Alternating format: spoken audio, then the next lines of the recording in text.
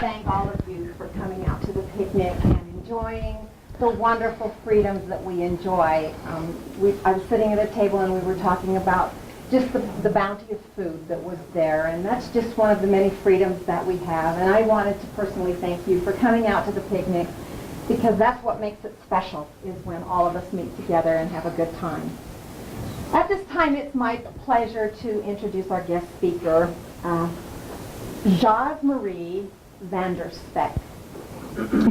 Ms. Vanderspek was born and raised in the Netherlands, and she lived there until age 19.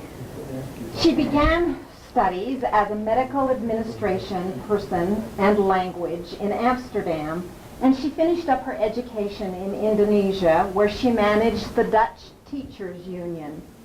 She later moved to Australia, where she was the manager of the X-ray department of the Heart and Lung Clinic there. In 1962, she came to the United States with her husband and 2 children.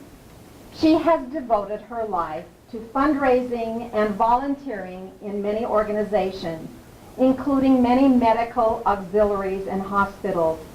She has raised funds for the Leukemia Lymphoma Society and knitted caps and sweaters for the Shriners Children's Hospital for cancer patients, for which she has received a service award. She does not charge for her presentation, so you need to know that the money that she is being paid today, she is donating to a veterans organization. This is something that she routinely does. Normally she donates that money to Ladies Auxiliaries, but this time she has chosen to donate it here in Broomfield to this museum. So she's donating her money today.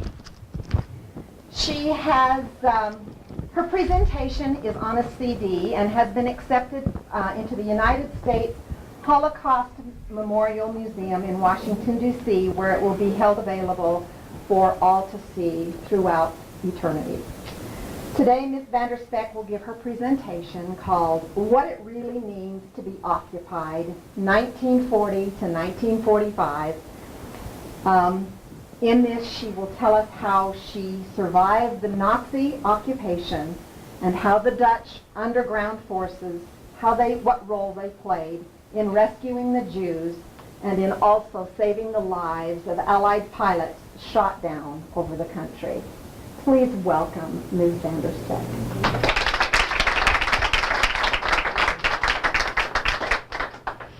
Thank you. Oh, is it on? Thank you. Thank you, Myrna, for inviting me here, and thank you all for letting me come to your lunch. It was delicious. I would have loved to have a big hamburger, but I don't think my stomach can take that before I speak. And who do I give this to? You?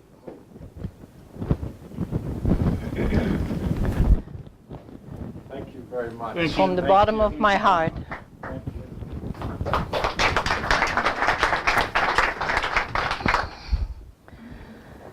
I like the Young at Heart group. It's a good thought to stay young. I'm all for that. I'm honored to be invited here, and I hope you will appreciate my wartime experience and what I've learned from it. Forgiveness, discipline, appreciation for what life offers me, giving back to this great country I've had the privilege to live in since 1962. But most of all, I appreciate, respect, and help the men and women that fight for this country. As Myrna said, I don't charge for these speeches because I don't want to profit from it. There are people that need it a lot more, like the veterans that don't get paid when they come back. But I do have a free will donation back there that I would like to pass around, or you can go over there and put something in it for the veterans of Lafayette, where I live. Are there any veterans here? We give you a hand. Thank you. Thank you. Thank you. Life is a gift. Freedom is a responsibility. Now I have my first slide. Oh, you got it already. I'll show you first. I have one of those things, but it doesn't work on these screens. So I'll use my finger. Oh, it's not on there completely. Oh, let me go back. Hang Yeah. on a second. Hang on 1 second. There it is. Okay. This is good. So I live in, I think it disappeared, Roermond. It's right here. And we were evacuated into Germany. This is the German border. This is Belgium, France, England. We were right in this is all industrial area from the Germans where they made tanks and bombs and what have you. And we lived right in that area between England and there. So we got bombed practically every day. And not in the beginning of the war, but when the Allies got involved in it. Then we were evacuated all the way up there to Friesland. So, and then went through Germany. We saw Berlin burning. I'll show you that in my... So, as you know, I'm originally from the Netherlands, and I lived through all 5 years of World War II. Without going into all the gory details of war that I'm sure you've heard about, I'm here to try and give you an idea what it feels like to be occupied, what you lose in freedom, sometimes without realizing what's happening. Being occupied by enemy forces doesn't mean they're just there, doing their own thing. It means the enemy is in your face, in your home, and in your life. In the summer of 1938, my dad came back from a business trip to Germany, where he had witnessed a lot of unrest and raids, especially on the Jewish people. He was very worried. The next day he went to all our friends and told them to consider leaving the country while there was still time. We had a lot of Jewish people living in our city. He told them about the raids he had witnessed in Germany. The reaction was, the Netherlands will remain neutral like in World War I. What nobody realized was the fact that there were so many Nazi sympathizers. 2, please. Got it. Wow, you're ahead of me. They were this NSB, means Nationale Socialistische Beweging, National Socialistic Movement, those emblems on their shirts. They were traitors, silently spying and gathering information about border strengths and points of interest and handing them to the Nazis. We thought they were a joke. How wrong we were. They were the ones that led the German army into the Netherlands in Dutch army uniforms as a disguise. So our army wasn't even aware that we were being invaded, until an officer asked for a password, which they didn't know, and then all hell broke loose. Here I just want to make a small statement. I did not then, and do not now, dislike German people. In Minnesota, I lived 16 years next to a German couple, and I couldn't have had nicer people living next to me. And just recently, in my complex where I live now, a German lady moved in. I told her, I can't get away from you guys. She's very nice too.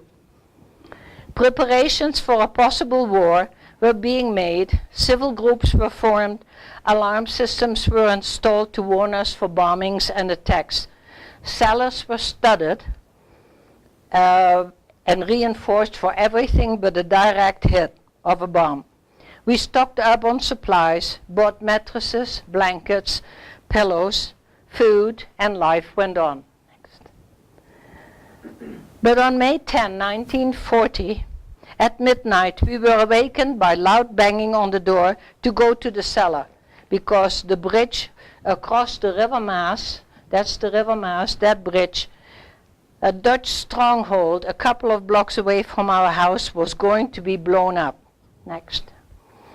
The river was loaded up with sink ships. These white things, I don't know if anyone knows about those, they're sink ships. That means that no big ships can go across the river. Makes sense. No pontoons or anything like that. Next one. They could only cross the river in rubber boats, which were easily picked off on the other side of the bridge. At about 3:50 a.m., our windows were shattered from the blast as the house rocked on its foundation. Next.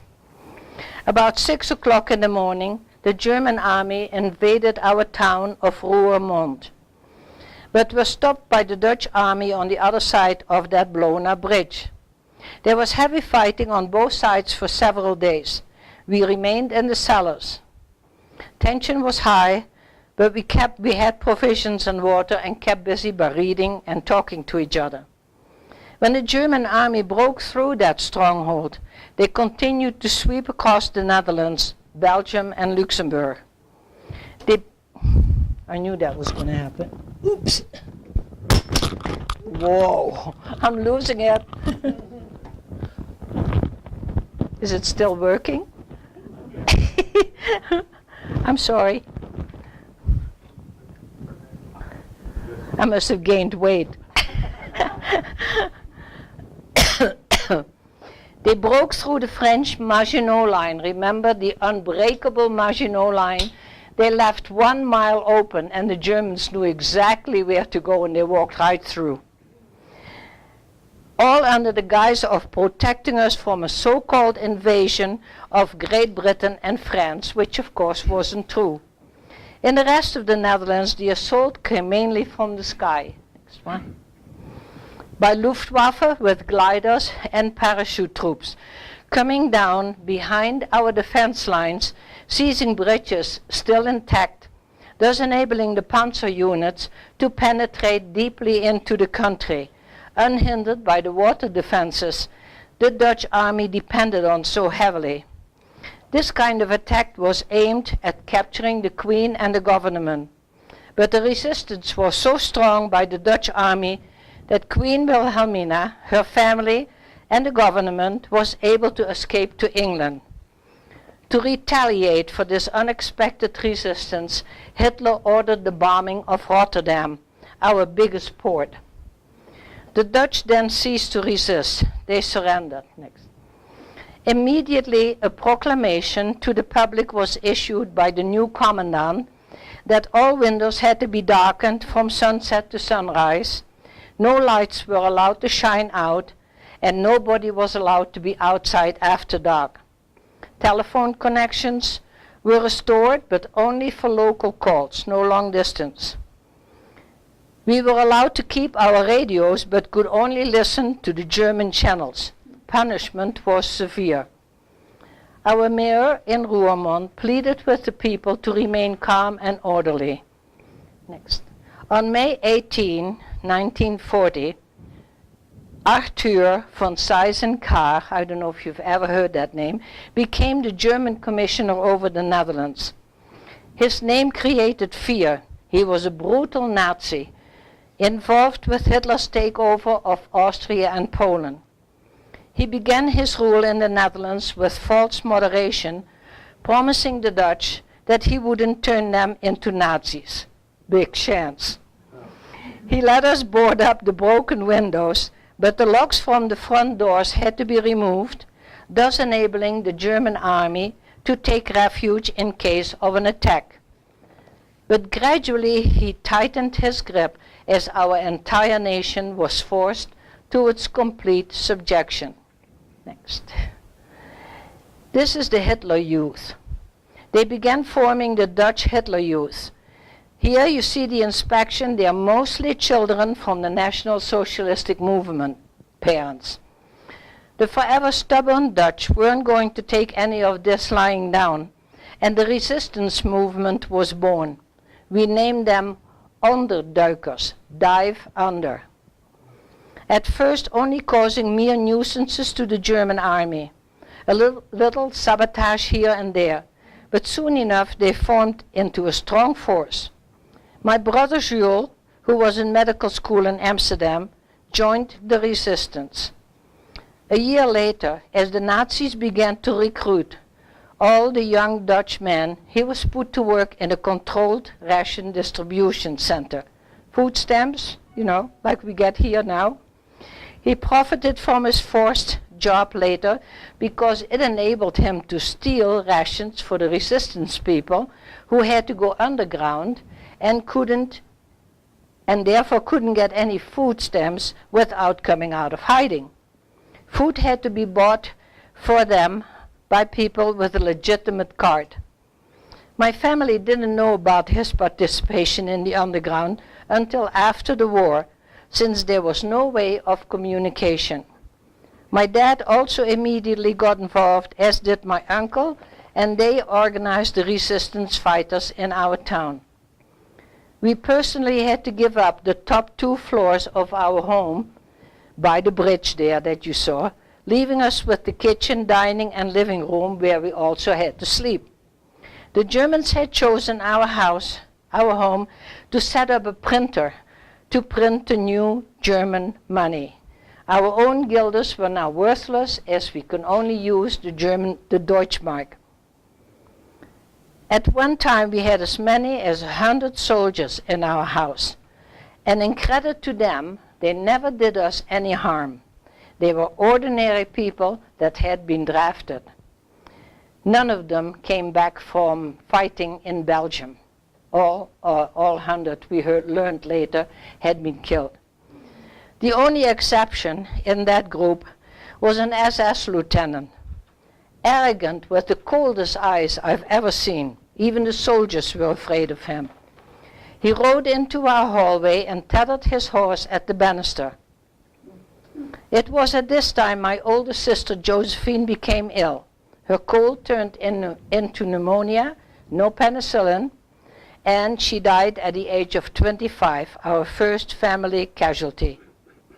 A few months later, we were completely evicted out of our home, ended up living in an apartment, next one, above a candy store, the very first house that you see here on the corner, which the Germans had also requisitioned for their own use.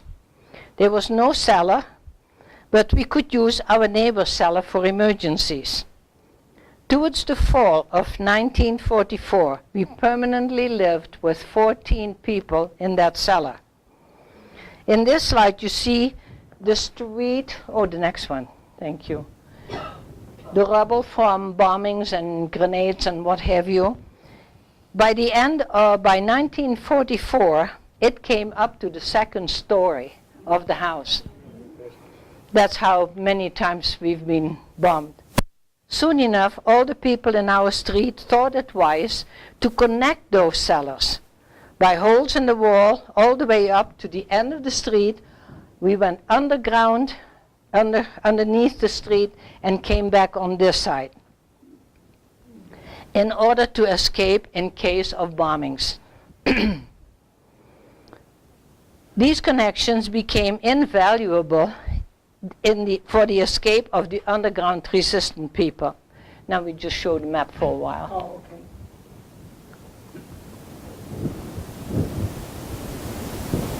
okay. This one or the Yeah, this one's good. Okay. Yeah. In February of 1941, the Nazis started to move seriously against the Jews. Thousands and thousands of men, women, and children were brutally rounded up, thrown into trucks, and driven off to concentration camps. Their possessions were taken by the Nazis. A couple of days later, in protest against these raids, the Dutch as a whole, the entire country, can you imagine? Well, it's small, but still, state of Rhode Island, I think, went on strike. This strike, however, was ruthlessly suppressed by the Nazis. But the Dutch resistance didn't cower. They only became more careful, and all of them went underground. All through the war, they hid and protected people that were in jeopardy, and many Allied pilots that were shot down and found by us before the Germans could find them. They warned people before they could be captured and sent to concentration camps to die. Some 200,000 resistance people in the Netherlands alone were captured during the war, some executed on the spot, as I've seen many times. The rest sent to camps for forced labor in war factories, as was my dad when he was captured in 1943. My other two sisters and I were messengers, as were other kids in our street. It was the only way to get information to other people without the Nazis knowing about it. Women were stopped and frisked, but children were left alone, so we were very useful. I remember my dad sitting us down one day, and he said, "I have raised you by always telling the truth, even if you did something bad, because it's the only way to live. However, today I'm going to tell you never ever to tell the truth to the Nazis. It will get a lot of people killed. Even some of our neighbors can't be trusted. So if anyone asks you where you're going, you lie. Think about this before you leave the house when you're carrying messages." Reflecting on this many years later, it was a strange thing to be taught. When the war was over, my dad reminded us that lying was behind us. We were back to normal. At this point, my father was trying to make a place for pilots and underground people to stay during the Nazi raids. We sometimes had them for more than 1 or 2 days. We had an alcove that was attached to the master bedroom up on the 3rd floor, no windows, like an extension or big walk-in closet. My father narrowed the entrance just to a hole in the ground, only big enough to just crawl through, but he had to match the wall completely to the existing wall, because the Germans would come and they would knock. Hear the difference here? You can hear the difference if there's a hollow behind it, and they would break that wall open. So he was very good in doing that. He then took our bookcase, reinforced the back with steel plates, put wheels under it, made them collapsible so we could move the bookcase and drop it down in front of the safe place.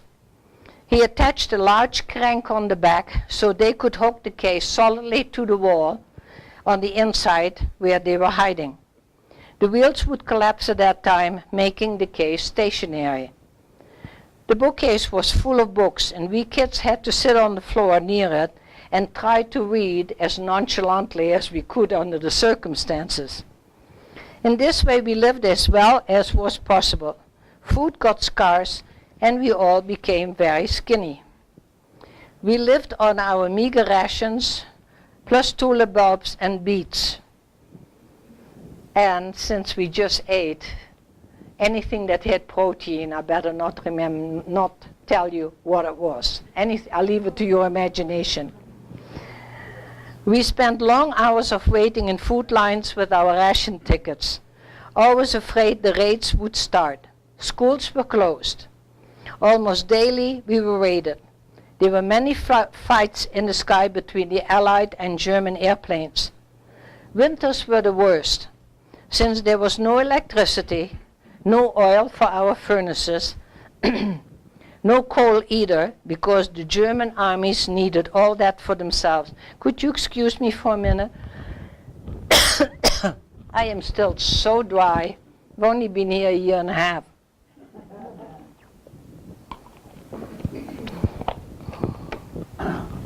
Thank you.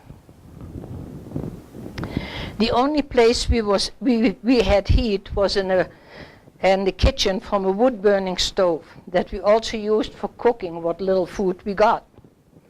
Sometimes we were lucky and received meat from some farmers that were brave enough to let us know that they had some that wasn't requisitioned by the Nazis.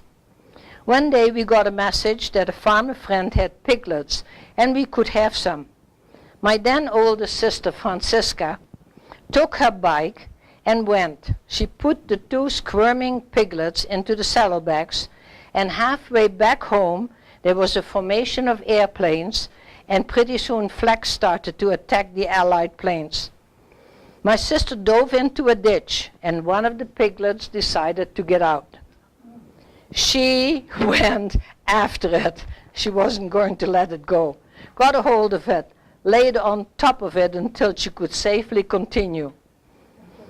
I can still see those little pink pieces of pork because we hadn't had meat for months. Women and children also had the task of getting wood by chopping small trees and cutting the wooden ties off the railroad tracks. Of course, if the Nazis caught you doing that, you were beaten. There were hardly any men around between 18 and 60. They were all drafted to work in the war factories or went to concentration camps. In the winter of 1944-1945 was very harsh, which led to the hunger journeys and many cases of starvation, exhaustion, cold, and disease. This winter is known as the Hunger Winter, the Dutch famine. It was the result of the Dutch railway strike ordered by the Dutch government in exile in expectation of a general German collapse near the end of 1944. The German reprisal was to cut off all food and fuel shipments to the western provinces, Amsterdam and Rotterdam, where the provinces are, in which 4.5 million people still resided. Severe malnutrition occurred and people starved to death.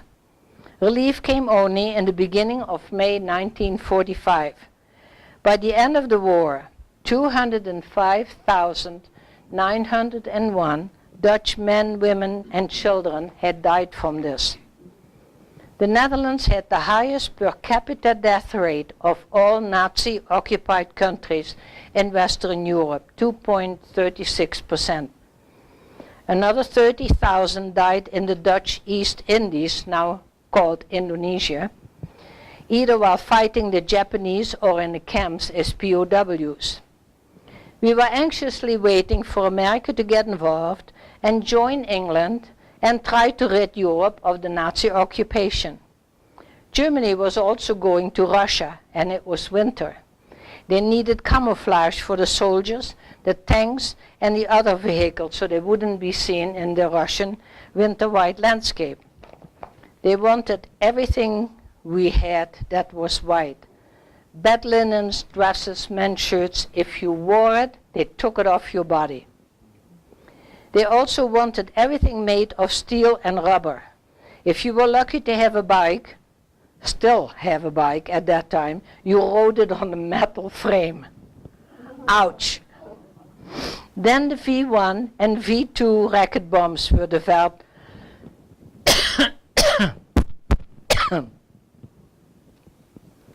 Do you ever get used to this?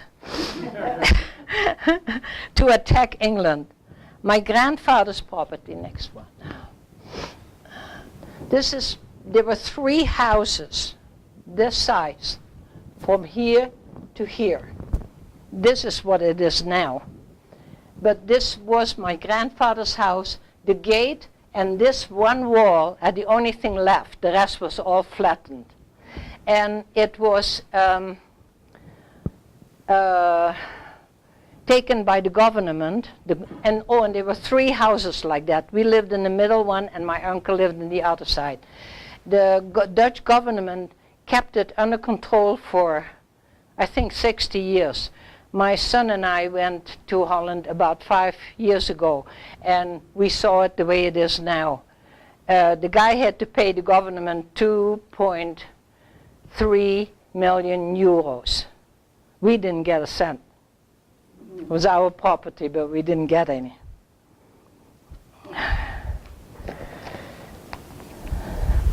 Then on June 6, 1944, the long-awaited Normandy invasion became a reality. America was on our side. The bombing increased, and we had to remain in the cellars for days at a time, only able to leave after the all-clear alarm was sounded. The Allied forces were now near our town. As the invasion of the Allies progressed, the Nazis became more brutal and the resistance became more involved, secretly giving important information of German strategic points to the Allies, working harder on sabotage. More and more pilots were shot down and needed rescue. Almost daily, people around us had pilots hidden in their homes until the rescue group, a special unit of the underground, could take them across the River Maas where the Allies were on the other side.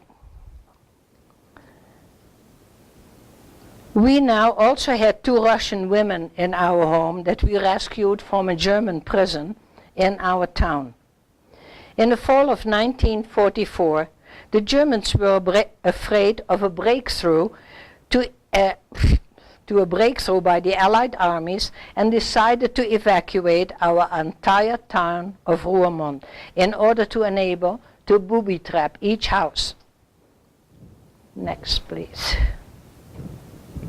It had snowed and it was cold, and we had to walk, we were told, all the way to München-Gladbach in Germany, about 35 kilometers, with one night stay in a factory in Niederkrüchten. Next. I took this photograph when my son and I visited Roermond, and this little piece here was not built yet. It's an 8-lane autobahn now. But that little piece was still the old road that I walked on all those years ago. So it was very nostalgic to be there. In the map again, thanks. In München-Gladbach, we would be put on cattle trains to either Groningen or Friesland, the 2 most northern provinces of the Netherlands. The train ride would take 3 days and nights. We saw Berlin burning. It was one of these nights that we were attacked by air, had to jump out of the train and make a run for it into the woods, all under guard. When we were hoarded back into our boxcar, we missed my sister Francisca, the one that had the piglets. She had accidentally been separated, but our train left and we didn't know what had happened to her. We couldn't even protest. My mother, my sister Julia, and I arrived in Workum, that most upper sign there, in Friesland. We were put in another factory, checked out for illnesses. We were then all split up and put into homes with total strangers. They had not been given a choice but to take us in. And I want you to know that the Netherlands is Scandinavian type. On the northern part, the Rhine cuts it in half. We were occupied by the Spanish for 80 years, so we all have dark hair. You wouldn't know now, but I did used to have dark hair. And brown eyes, browner skin than up north. They all were bigger boned, taller people, Vikings, actually. So, here we are. We are also all below the Rhine as Catholic and above the Rhine as Protestant, like Ireland. But we don't fight. We get along just fine. But it is a difference, and we are fun-loving. We have Mardi Gras. You know, we do all the fun stuff. Up north they don't. They're very strict. You don't spend money on Sunday. You just pray, go to church, and be solemn. We don't believe in that in the South. So it took a little bit of adjusting. We coped because we understood their resentment of having to take us in. They didn't have to deal with living with dozens of people for a long time like we had. They had not been bombed and raided. It was all farmland. So we adjusted, and after a while we got along fine. After we were there a few months, we received a message that my father had been rescued from his camp in Germany near the Dutch border, actually right up there by the line that you see. That's where his camp was. They were German, so the German underground had been involved in that. They were German people that were working with all underground forces to end the war. They told us that he was on his way to Groningen, which is the next province over from where we were. However, it wasn't until the Allies had broken through to these northern parts on May 5th, 1945, when Germany capitulated, that my dad suddenly appeared at the place my mother was staying. And best of all, he had found my lost sister, also in Groningen, and brought her with him. The Red Cross had a part in that. They were marvelous in the war. Transportation was arranged by the Red Cross to get us all back to the south. The house we had to leave, all our belongings had been pretty much ransacked. But we had a roof over our heads. The bombings had stopped. We were happy to be alive. And a short time later, my brother arrived from Amsterdam on his bike, still without tires, lucky to have found a few rides with Allied soldiers. We had not had any contact with him for over 4 years. We were happy to be a family again. Not yet free, because now we had Allied occupation. Next one. However, there is a big distinction between being occupied by offensive, conquering forces and the Allied liberating forces. They fought these wars to make us free, and the only land the USA asked for was a plot of dirt in which to bury their dead heroes. The Dutch will forever be grateful for their sacrifices. If it wasn't for these veterans, I probably wouldn't be here. We were able to appreciate the word safety again. Next. This is the first time we heard a Dutch band playing our music. Queen Wilhelmina and the government returned home. We started to rebuild our lives and our country, putting the war behind us. To forgive, but never to forget. Freedom needs to be respected and treasured, not taken for granted. Don't ever become lethargic or submissive or a silent majority. And don't ever think that America cannot be invaded. You won't believe how easy it is. And you won't believe what you're missing until you don't have it anymore. I have been a witness to that both in World War II and in Indonesia, where I lived for 5 years, under Sukarno, who turned a beautiful, beautiful country into the biggest racist radicals that are now on this earth. Indonesia is the worst extremist country in the entire world. It's sad. I would like to let you know a few direct quotes from the past. Hitler's favorite motto, let's do to the Jews what the Turks did to the Armenians, because nobody is going to remember it. General Dwight Eisenhower, when he entered the concentration camp, said, get it all on record, because somewhere down the line, somebody will get up and say this never happened. This somebody is my free translation. He used a much stronger language. Edmund Burke, all that is necessary for the triumph of evil is for good people to do nothing. Author unknown, it's choice, not change, that determines one's destiny and freedom.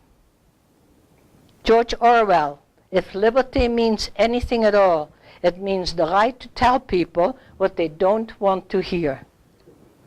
John F. Kennedy, ask not what your country can do for you, ask what you have to do for your country. Ronald Reagan, some people spend an entire lifetime wondering if they made a difference in this world. Members of our armed forces don't have that problem. Edward R. Murrow, a nation of sheep will beget a government of wolves. The Normandy invasion was on June 6, 1944. Our town of Roermond was liberated March 1, 1945. Friesland, where we were evacuated, not until Germany capitulated on May 5, 1945. The Holocaust Museum in Washington, D.C. has documented 42,500 locations of camps and ghettos by Nazis. So far, they're still searching. 42,500 Nazi camps. Can you believe it? I thank you for honoring me to be here, to have been invited here. I hope you have enjoyed it and learned something from it. Thank you. Thank you. If you have any questions, I can answer those now, if you want to. Not all at once. No questions? Yes, sir. How much weight did you and your family lose during the occupation? I was 15 years old, and my first picture, because all our pictures from before had been lost, but my first picture, and I was sitting on the ground in front with my family, and I have 2 sticks laying there. Those were my legs. I went in shock when I knew I had them, but when I saw it on a picture, I destroyed it. I couldn't stand it. I couldn't stand it. There were 2 thin sticks of, like that. Since no meat on it. I think I weighed about 70, 80 pounds. But hey, I survived. And I think I am lucky because I learned later on that my mother and father had given all their food to us because we were growing up. So my mother died of stomach cancer at the age of 64. My father died of throat cancer because he smoked. Let it be a lesson. And I helped him probably with it because I helped the pilots and had a lot of contact with them. My English was much better than the farm people up north. They didn't get English in their schools yet. And so when the war was over and the Americans were there, they would ask for directions, and I would go in the tanks with them and show them where they had to go. And they would give me cigarettes. And I would light one and just light it, one puff, and then extinguish it. And they asked me why I did, and I said, well, I give them to my dad. So I always have felt I've contributed a little bit to his problem. But he grew tobacco on the attic. And I remember with a razor blade slicing it so thin, and then whatever he did, that was really had a lot of tar and nicotine in it. It was pure, If anyone knows Belgium Shack, have ever heard of it? It's a pouch of tobacco, pure like that. Yes, sir. Did you ever hide any Jews in your house? No, we didn't. We had the only couple that didn't leave the town. Only their tiny little son has survived it. All the rest of the family has been killed in concentration camps. But all our friends moved. They all went to Switzerland, England, America, So I wish I knew where they were. I could probably see their kids, Yes? How long before, after the war, did you feel comfortable interacting with German people?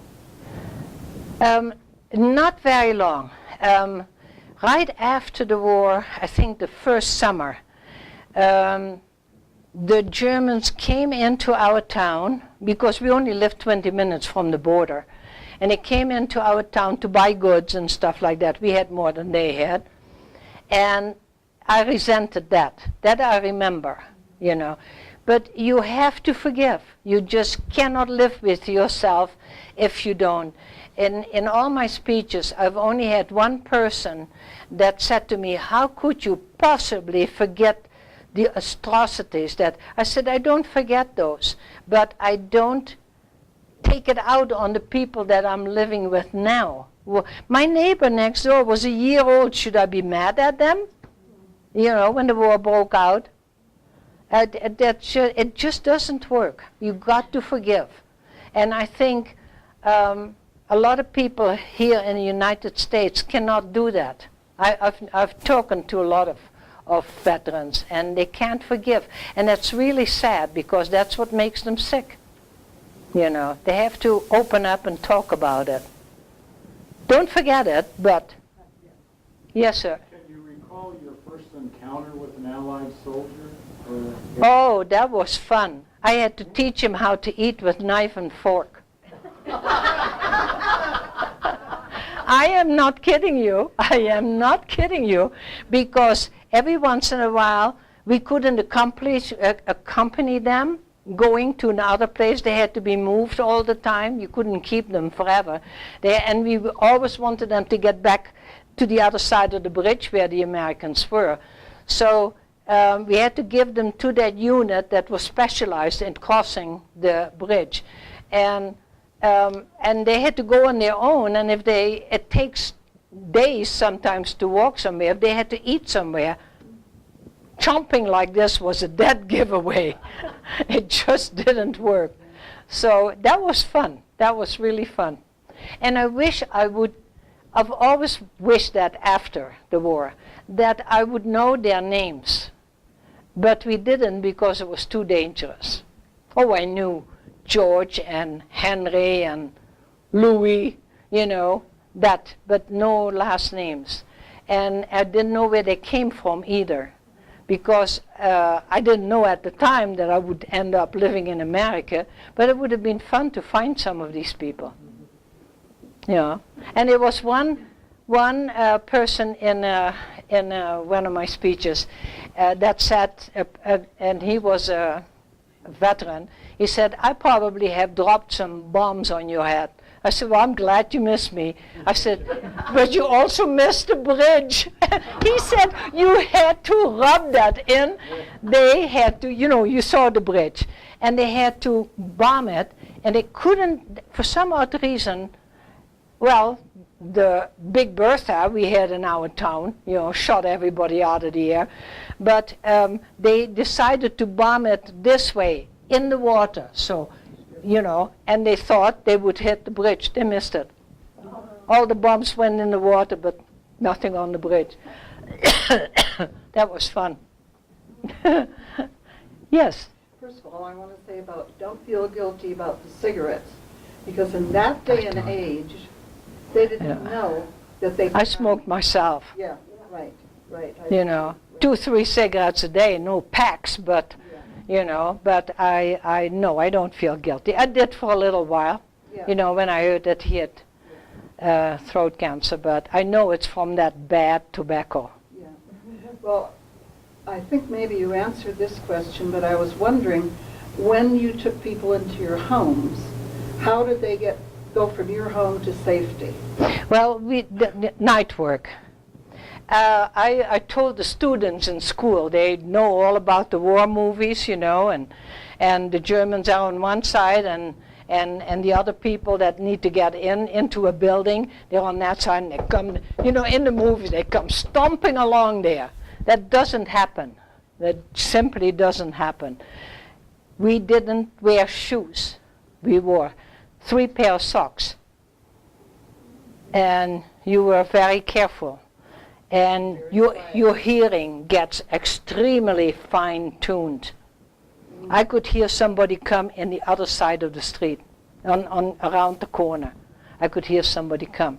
And you go into a doorway or whatever you have, you know, available to hide you. We had guards standing on the corner of our house, the one with all the rubble in the street.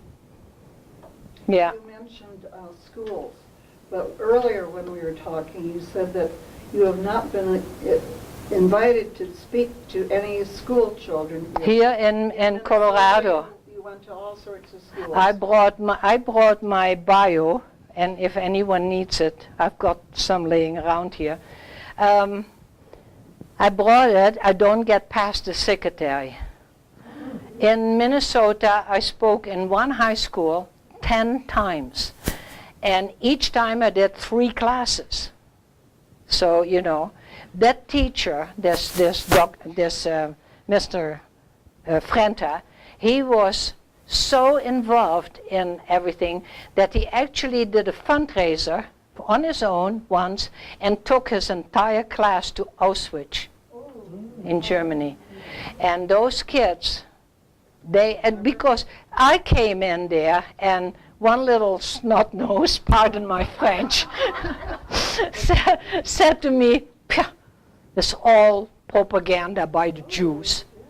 And he was, but most of the kids that sent me a letter afterwards said, "You've changed our life. You have changed our way of thinking." But they were kids that simply don't believe that it happened. Still.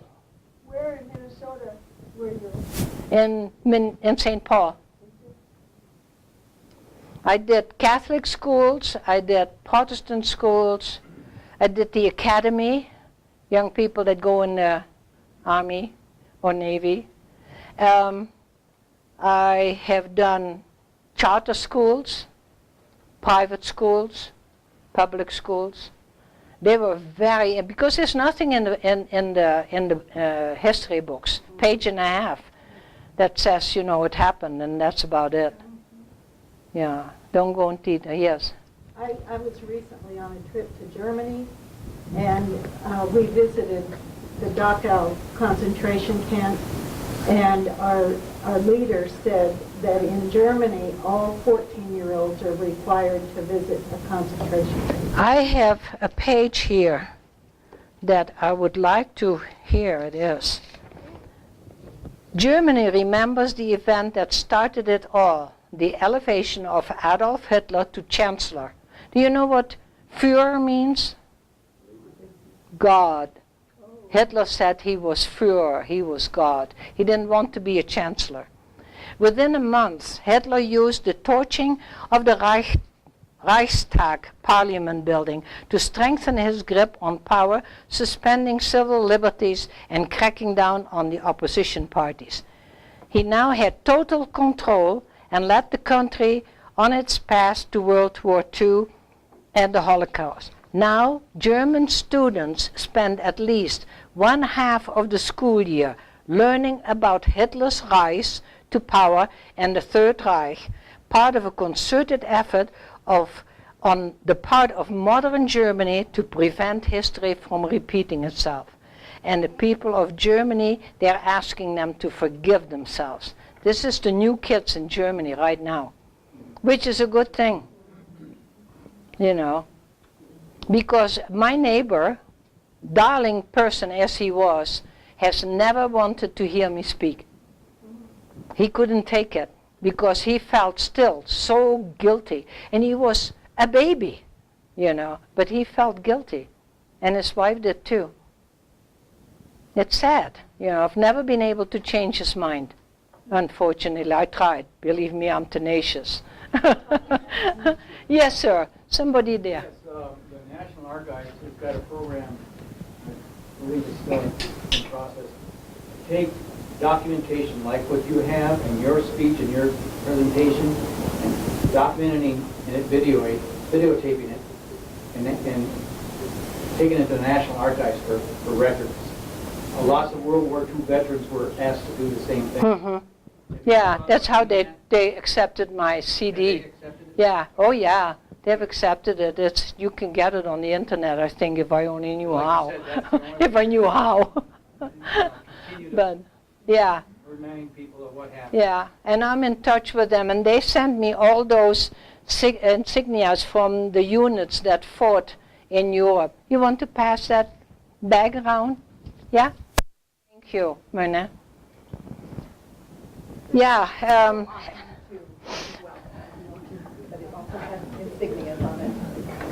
Any other questions?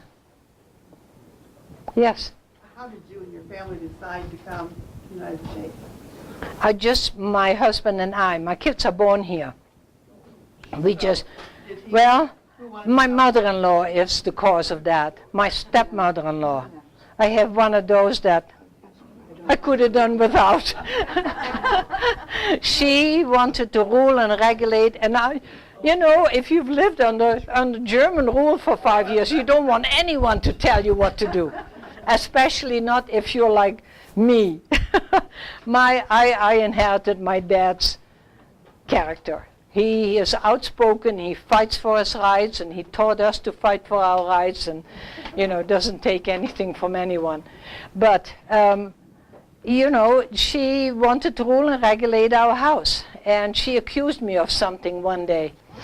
And my then fiance came to me and said, "Have you done that?" And I said, "You're coming to ask me this?"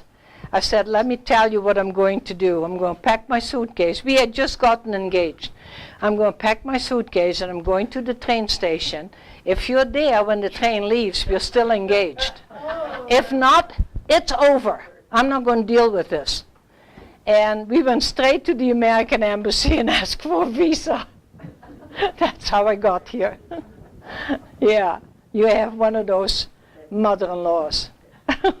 Yes, sir. When you said that the schools are not receptive to you speaking, is that the public schools here in Colorado? I've tried every school here in the neighborhood, in Broomfield and Lafayette and St. Louisville. And how about the charter schools, like Peak to Peak or... I haven't found those yet.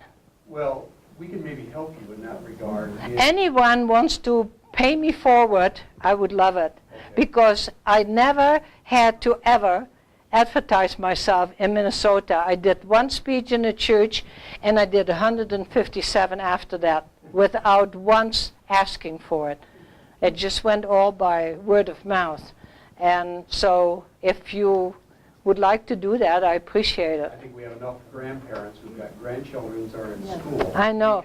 Well, when we had that movie, whatever you want to call it, I thought that place should have been filled with 15-year-olds. Yeah. We tried real hard to get a broad demographic of people. There were, what, 2 or 3? There weren't that many young folks, but yeah, there were a couple of kids sitting in front of me. And my son said the same thing. That should have been filled with kids. I'm going to do something about that. I won't give up. Well, maybe we should all give our input to Myrna. Yeah. Relay them to you. I'd be happy to do that. I would. Thank you. Okay. Yeah, because I don't. Yeah, people say, "Have you written a book?" I said, it's something you read and you put it on a shelf. It's forgotten. There was the first church where I did my first presentation was a mother and a young daughter. She was maybe about 18, and the mother was an attorney. And they came to me and said, the girl said, "I am going to be a history major, and I've learned more from you experiencing all this than I could read in the books." That was the biggest compliment I ever got. That was really nice, So it is hearing it, reading it. You, as I said, you put the book on the shelf and it's forgotten, Our children need to hear the story. Mm-hmm. Yes. Anyone now? Yes. Mandatory conscription that ended in 2003. Was that to, again, try to get rid of the wartime idea of mandatory conscription? Well, we're dealing, and I don't want to get into politics, but in England, there is nothing in the books about World War II because the Arabs don't believe it happened. And since the Arabs are taking over Europe, 28% in Amsterdam alone, 28%. And they're trying to change the Dutch traditions. Last year they didn't want us to have St. Nicholas, St. Nicholas comes in the country on a white horse with a bishop, mitre, and clothes on. I couldn't live without it. I can't imagine not having that. And they didn't want that to happen. And finally, the Dutch stood up and said, "You don't like it, get out of here. We didn't ask you to come. And if you're here, you're going to learn our language and you pay our taxes." And Denmark is doing the same now. They're finally Paris, I don't know if any one of you has been in Paris lately, Paris is surrounded by mosques, surrounded. If you want to drive the car and you want to get into Paris, you got to go through one of those settlements, I'll call it. And what they're calling you is filthy names. American whores, you know, things like that. I mean, we are fighting this. We are losing our freedom here in America too. Detroit, covered. You know. Didn't Indonesia grow pretty well? Oh, that Sukarno, he was a bastard. You're not taping this, are you? My son will kill me. Honestly, I lived there, and those people have such inner beauty, you know. Never have I been afraid to live there by myself. And Sukarno comes in and takes over. One time I stood on a square, I was in a rickshaw, and the square was, and I had to cross the square, and the square was suddenly turned completely cut off, tanks in all the corners. Sukarno drives in on top of a tank, and he starts screaming, "Kita musti kerja!" I will never forget that. You have to work. That's what it means. And everybody fell flat on the floor. That's how his control went. And he did that in no time. In no time. And it's really, really sad. Then, the last 2 years that I lived there, I lived in Jakarta, and all weekends we went with a group up in the mountains to Bandung.